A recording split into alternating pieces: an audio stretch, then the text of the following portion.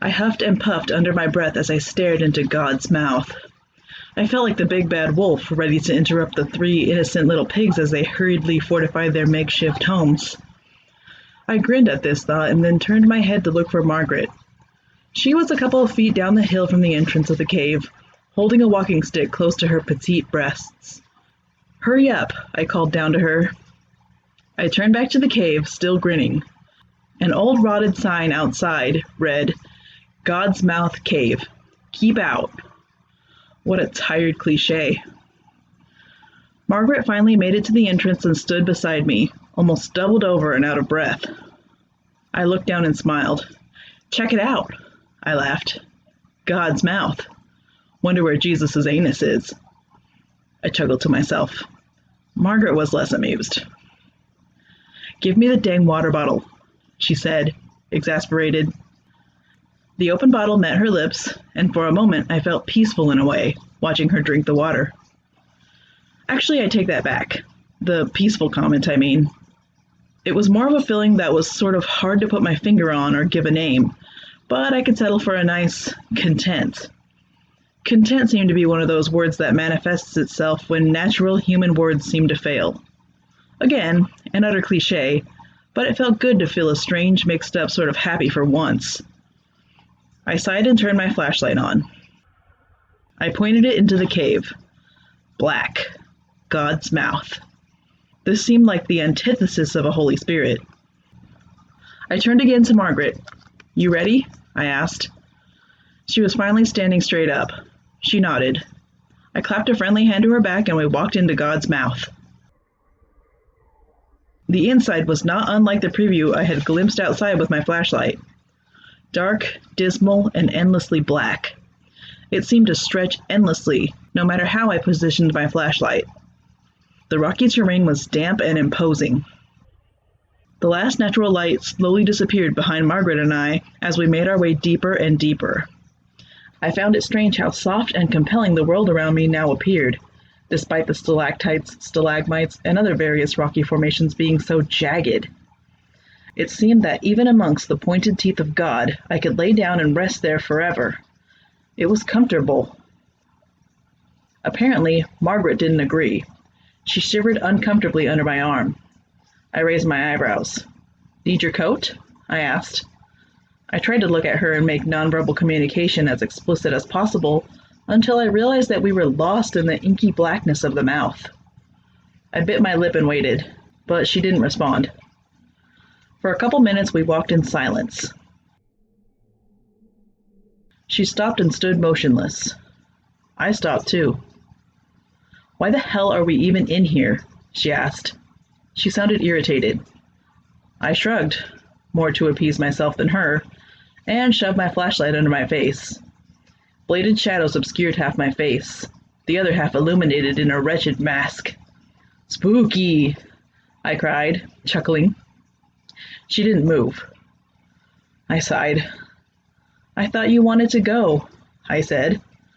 I noticed how my voice echoed against the cave walls at any volume. "I mean," I began again, scratching at my chin, "you did say you wanted to go see some nature for our vacation, and you did sound impressed when I told you about my visit to Mammoth Caves a couple years back. So..." My voice trailed off. I could still sense her irritation. "No," she said. I frowned.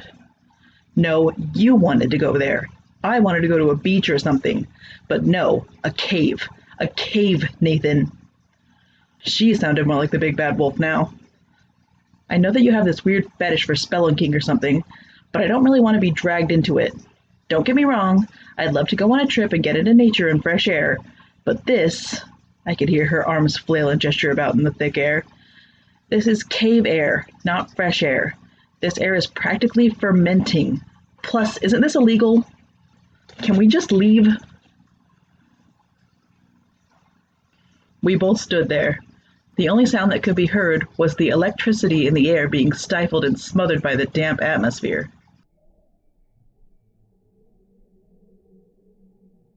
Finally, I began to walk. I didn't hear Margaret follow me, but I kept moving forward. Then, "Nathan," she said, "stop. Please stop." So I stopped. "I'm sorry," she said. I could hear her moving closer to me. "I'm tired and I'm not used to running and climbing around and the like. I'm just tired." "It's okay," I said. She gripped my arm. "Really, it's fine." I shook my head. "Which way is out? I don't remember." I could feel Margaret physically pause. Neither of us could remember. Somehow, in the confusion of our argument, I had forgotten which way we had been moving. Idiot, I thought to myself. I should have brought a rope or something to trail from the entrance of the cave. I had to take action, so without much thought, I turned 180 degrees and said, "This way." We walked for what seemed to be hours. My feet were tired and sore, and I could hear Margaret's groans from behind me. She held my hand tightly.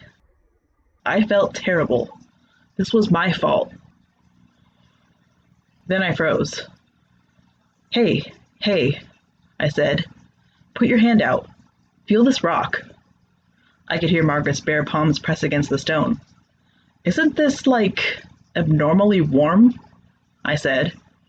She didn't say anything. I began to work my way along the wall, feeling it as I went, shining the flashlight in front of me. Suddenly, I felt a sharp pain on my head as the ceiling of God's mouth met with my scalp. "Ow, sheesh," I shouted.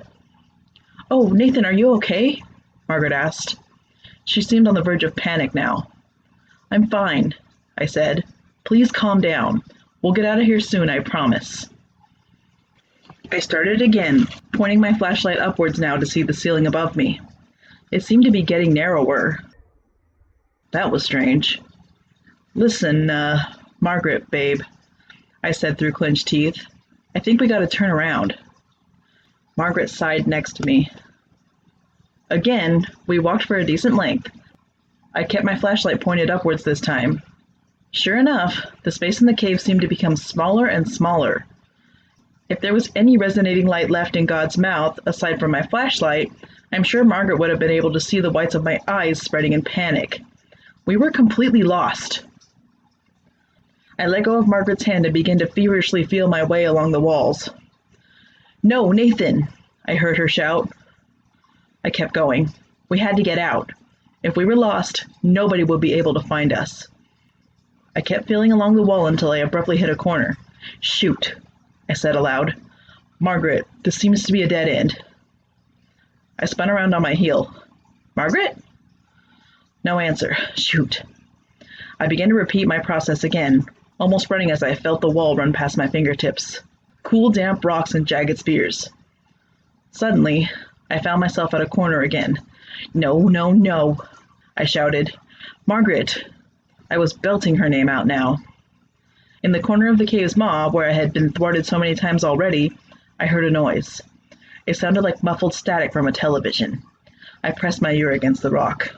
It seemed to be getting even warmer now. I heard the faint sounds of Margaret on the other side of the rock.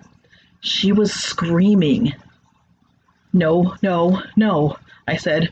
No. I began running haphazardly into the walls around me. With dawning realization came a wave of sheer horror. There was no entrance. There was no exit. Only these four corners and me. I could feel blood begin to trickle from the cut I managed to get by bashing my body into the cave's walls. They were closing in on me. They were coming in for the kill, and soon they would be pressing in on my skull and crushing my rib cage. I sat there for hours, waiting for death. My flashlight was becoming dim and blinking.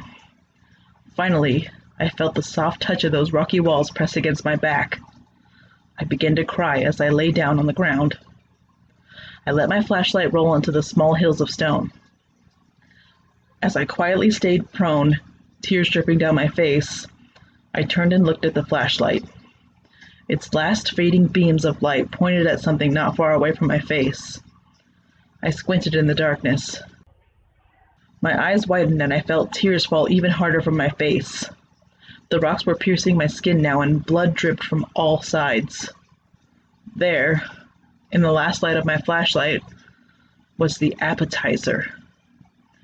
The spotlight shone on a hand whose nails were painted red, and I screamed in agony as I watched God's mouth chew its latest meal.